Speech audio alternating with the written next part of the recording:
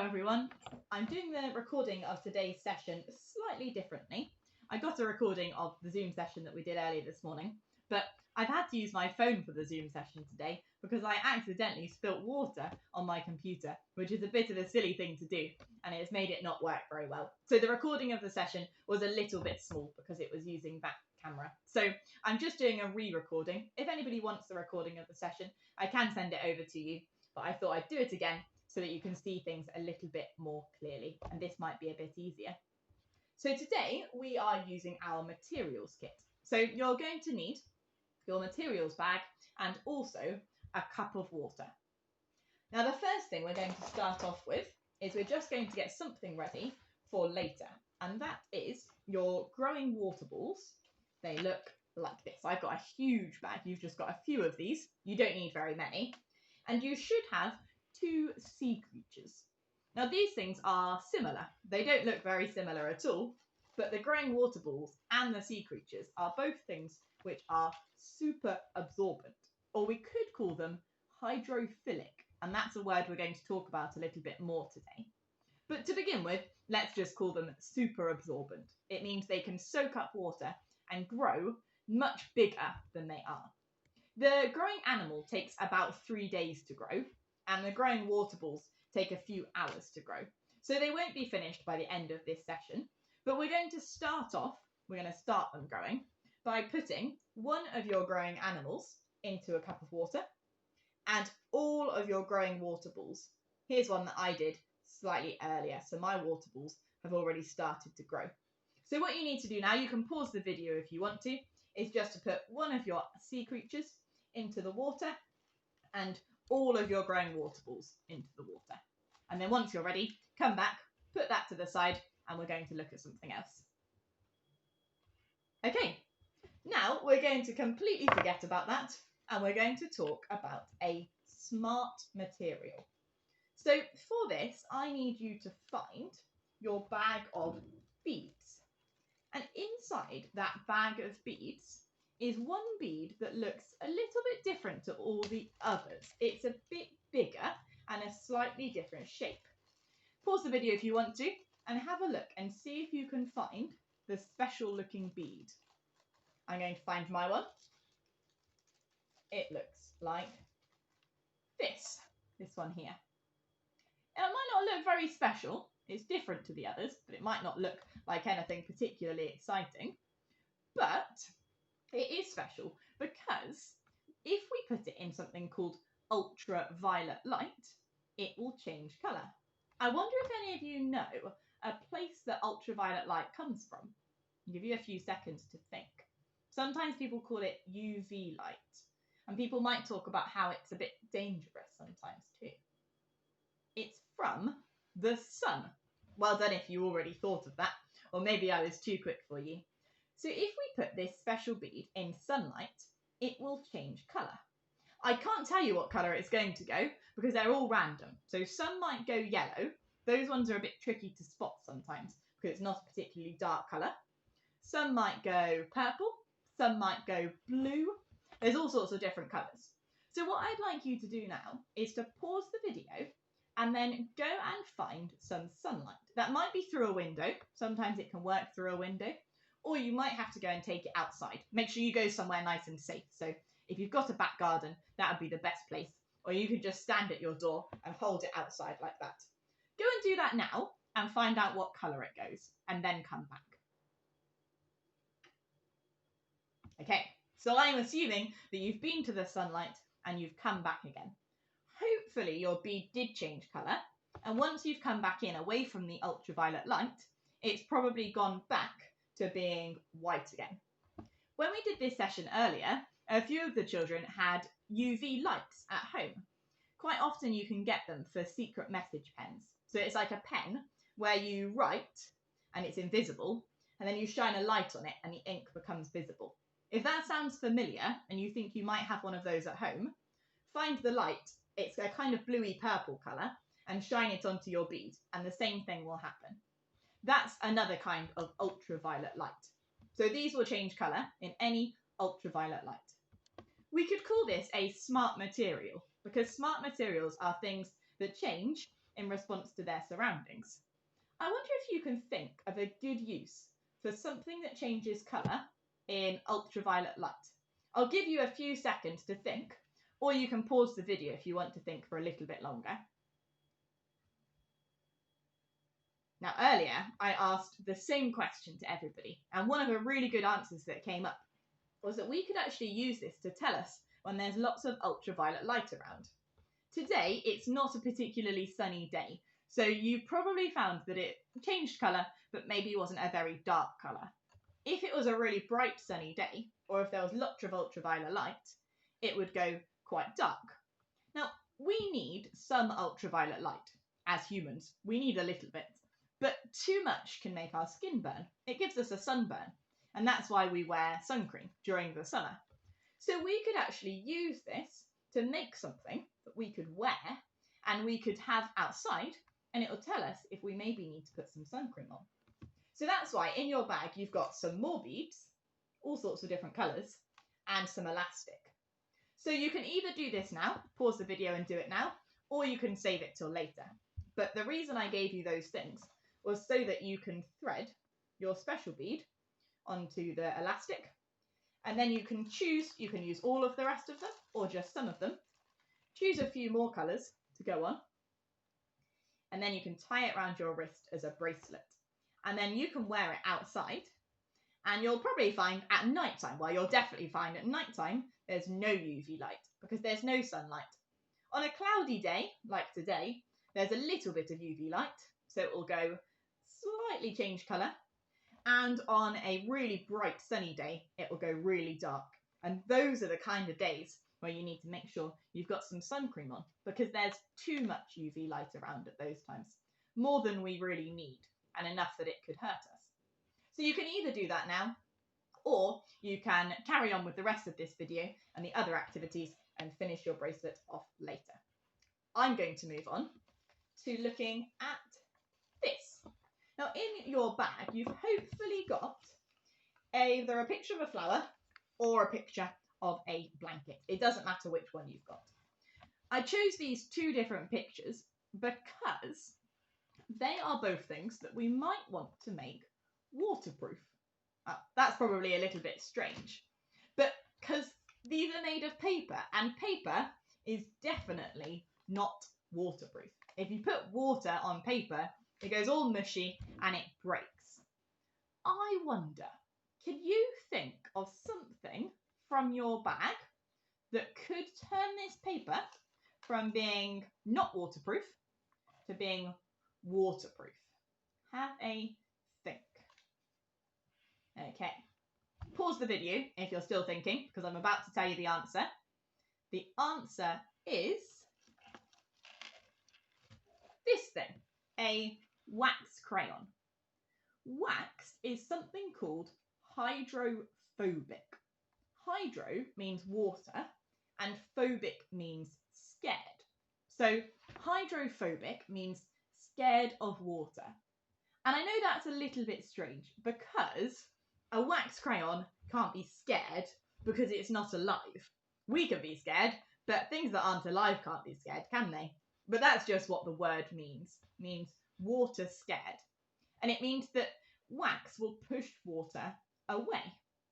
Lots of seabirds, so seagulls and penguins and ducks, they have either wax or oil on their feathers so that when they get out of the water just runs off them.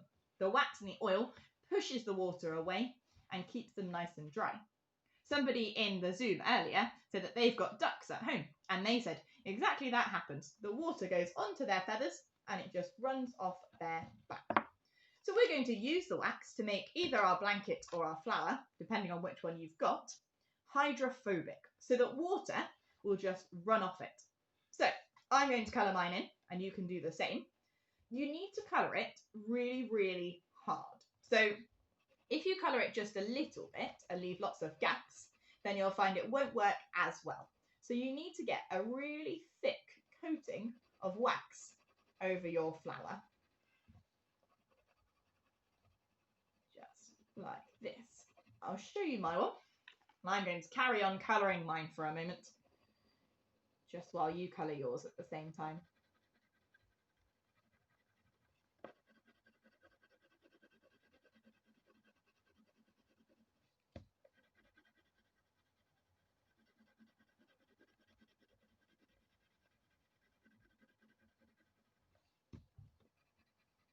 Okay. It doesn't matter too much about staying in the lines.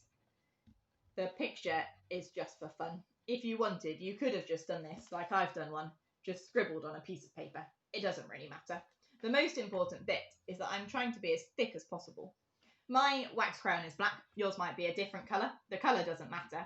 The thing that matters is trying to make sure you've filled in all the white spaces on your flower or your blanket, because if there's any white spaces with no wax on them, those bits of paper are going to get wet when we put water on it in a moment. I'm just going to finish colouring mine, because I think if I keep colouring mine, it should be roughly the same amount of time as it takes you to colour yours. Yours might take a little bit longer though. You might want to be even more accurate. So if it does, that's not a problem at all. And remember, the word is hydrophobic. So oil is hydrophobic, wax is hydrophobic. They both push water away. You can buy a hydrophobic spray that you can spray on your shoes to make them waterproof. Or you can spray it on a sofa, so that if you spill a drink on your sofa, the water would just run off and it wouldn't soak into the sofa. It's called a hydrophobic spray. So hydrophobic can make materials waterproof. Mine is almost done. I wonder how yours is getting on. If yours isn't almost done, it doesn't matter. You can just pause the video for a bit.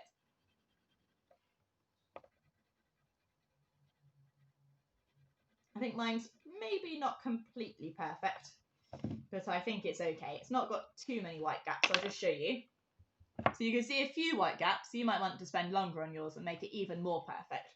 If you want to spend longer, if you're not finished, pause the video now, because I'm going to show you the next step. So the next step uses this. It's called a pipette, and scientists use them all the time if they want to just get a tiny little bit of water at a time. The way that you use it, some of you might know how to do this already. You put it in water, you squeeze and let go. It sucks up the water. Then you hold it above the thing that you want to drip it on, and you squeeze again, and a drip's going to come out to the end. There it was. I'm going to drip this onto the bit of my flower that I've coloured in. And you should notice with yours that it makes little droplets. Hopefully you can see them on mine a little bit. It'll be easier to see them on your one though. And the droplets, they mix with each other. If you try and move them around a bit with the end of your pipette, they will mix with each other, but they won't go into the paper. And that is the hydrophobic wax stopping them from being able to get onto the paper. If I drip onto a bit of the paper that I didn't colour, like in the middle of the flower or outside the flower, and then squash those drops, they go into the paper and make it wet. If I do this. But if I squash them on the flower, they won't really squash. They don't go into the paper. I can try and move them around and they clump together a bit with each other, but they don't soak into the paper. So we've made it hydrophobic. We've given it a hydrophobic covering. And you can even pour the water off your flower back into your cup, and you should find that your flower stays pretty much dry. In fact, if I put loads of water on, you might even be able to see the bits of paper that do get wet compared with the bits of paper that don't. The bits that do get wet are the bits that don't have that wax covering on them. I'm going to put it all over my piece of paper now, really soaking it all around, and hopefully you can see from the back, it's easier to see there, that this bit is completely dry. And you can even see the shape of the flower coming through. So this bit is completely dry. The shape is coming from the ink that was printed to begin with. This bit is wet. You probably can't see how wet it is. But when I touch that, that's wet. This bit here is completely dry. There might be a little bit of water coming through yours, because remember, it's difficult to get it completely perfect. You can see the white gaps on mine. But generally, you've made your piece of paper waterproof, which is pretty cool, because I bet a lot of people will tell you that paper is never waterproof. But actually, if we put something hydrophobic on it, then it is. I wonder if maybe for the rest of the day today you could look around and see if you can spot any other hydrophobic things. I'll give you one really easy one. Our skin is hydrophobic. So we have a little bit of oil on our skin. It's good, it's supposed to be there, and it means that we are waterproof. When you go swimming, or you have a shower or a bath, you probably notice your hair takes a lot longer to dry than the rest of your body. So your hair soaks up water, but your skin doesn't. So when you get wet, once you come out, you dry pretty quickly. You can try it now. Put your finger in some water, like this, and then it doesn't take long for your finger to just dry. The water just kind of runs off, runs all the way down, and your finger will dry pretty quickly, all on its own. And that's because it is slightly hydrophobic. Some things are more hydrophobic than others, but that one is slightly hydrophobic. It pushes the water away. We're going to move on to something else. So if you haven't finished that one, you can pause the video and replay it when you're ready. But now we're going to get something that is the opposite. So the opposite to the word hydrophobic is the word hydrophilic. And we sort of talked about that earlier when we said about the water balls. I said it once. Hydro means water. We know that from before. Philic means loving. So it means that this thing that I'm about to show you loves water. So it's the opposite. If it's hydrophobic, it pushes the water away. If it's hydrophilic, it sucks the water in, like a sponge. I've got something that's hydrophilic, but a bit strange. In your bag, you've actually got a piece of a baby's nappy. That is a little bit weird. Now, a baby's nappy is really cool. Somebody discovered earlier that the outside of it, so this bit here, is a little bit hydrophobic. It does like the wax does and pushes the water away. But the inside of a baby's nappy, this bit that looks a bit like cotton wool here, I know it's a bit bright, but hopefully you can see it a little bit, that is hydrophilic. So I want you to try and pipette some water onto your nappy and see it will suck up the water. That's the whole point of a nappy, isn't it? It needs to be hydrophilic. If it was hydrophobic and pushed the water away, it wouldn't make a very good nappy, would it? Another cool thing about the inside of a nappy is if any of you have ever had instant snow, it's a powder that you put in water and it puffs up really quickly. That is almost the same chemical as what is inside a clean baby's nappy. It's just something really hydrophilic. Something that really loves water and sticks to it and sucks up loads of it. You could also call it super absorbent. It sucks lots and lots of things up. So it's hydrophilic and super absorbent. Have a little bit of time putting as much water as you can into your nappy, and you might notice it actually starts to look a little bit like fake snow. And that's because it's pretty much the same thing. If any of you have got very young brothers or sisters who wear nappies, you might not have realised that you've got all this cool instant snow powder in your house already. It's slightly different. It's a little bit more jellyish and it comes more stuck together instead of instant snow powder, which comes as a powder. But it is pretty much the same chemical. It's just in a slightly different form. Okay, mine's gone really jellyish. Got like loads of looks like snow in here, and it still hasn't got to its capacity. It could still hold more water. That's pretty cool. I'll let you guys carry on with that if you want to, or you can carry on with it later. But I'm going to move on to something else. I'm actually going to be looking at the water balls. Now, it depends how fast you've gone through this video. If you paused to do the bracelet and to do putting lots of water on your flower and your nappy, you might have slightly bigger balls. If you have gone through this one quite quickly, they might still be a bit small. I'll show you what mine look like. Hopefully you can see it. It's difficult to see on the camera, but if I hold it up here, put it between my fingers, it might be easier to see, but it is a bit slippery. There's my one. So it's got a little bit bigger than it was before. It's mostly water now. These were actually invented to water plants. So somebody thought that they could use this super hydrophilic material, fill them with water, and then grow plants in them, and it would be a good source of water for the plants. And it does work, you can use them for plants, but somebody else realised that actually children like to play with them, and they're really fun to feel with your fingers. So then they started selling them as a toy. So some of you might have heard them called Orbeez. That's another word for them. You can have a little look at yours. They should have got a bit bigger. Your animal's probably not much bigger yet. You'll have to leave that one for a few more days. About 3 days for your animal to get bigger. If you take your things out, so your water balls or your animal out of the water, sometimes they will shrink because the water will come out of them. They'll dry up. I've actually got a really big box of these, and they're fully grown, these ones. These are some ones that I grew earlier. So what I'm going to do with these is I'm going to be pouring some water inside them. This is a cool trick that you can do with your Orbeez later. You won't have quite as many as I've got here in my big box, just because I've got loads so you can see it on the camera. But you can still do this trick with something a bit smaller. What you need to do is to get your Orbeez, or your clear water balls, and put them in a cup or a box. And then you need to hide something inside them. I've got a pig. I've got a Lego man as well. We'll put him in too. And another pig here, like this. I'm going to push them right down into the water balls so you can't see them anymore. Like this. So they're pushed right down there. And the reason you can't see them, you can kind of see a pink blur, can't you?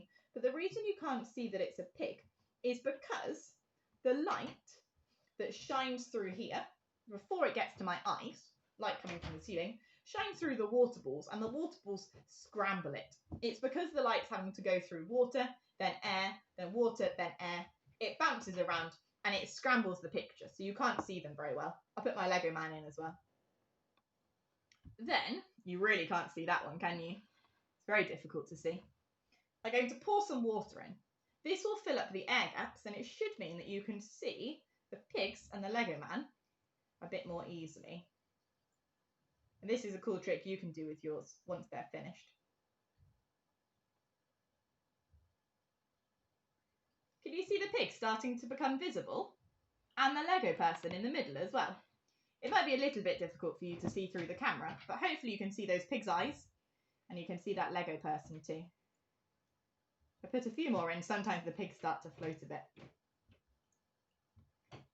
And they become visible. So that's a cool trick that you can try. Once your water balls are fully grown, they look about this big, each one. You can see it's flipping the picture of my head as well, making me turn upside down. You can put them in an empty cup and squash something inside them. A small toy like a Lego man works well, so that it's hidden. Then pour some water in, and because it fills in the air gaps and the light doesn't bounce around quite so much, you should be able to see it more clearly. Now we're going to put this one out of the way and move on to our final experiment. So far today, all of our experiments have been about materials. So we've talked about hydrophobic materials, materials that are scared of water, hydrophilic materials, materials that love water, and they can soak them up. And now we're going to talk about how when we change what we do with the material, that can make a difference. Because we use different materials for different jobs, don't we? We wouldn't use a nappy if we wanted something waterproof, because that just wouldn't work.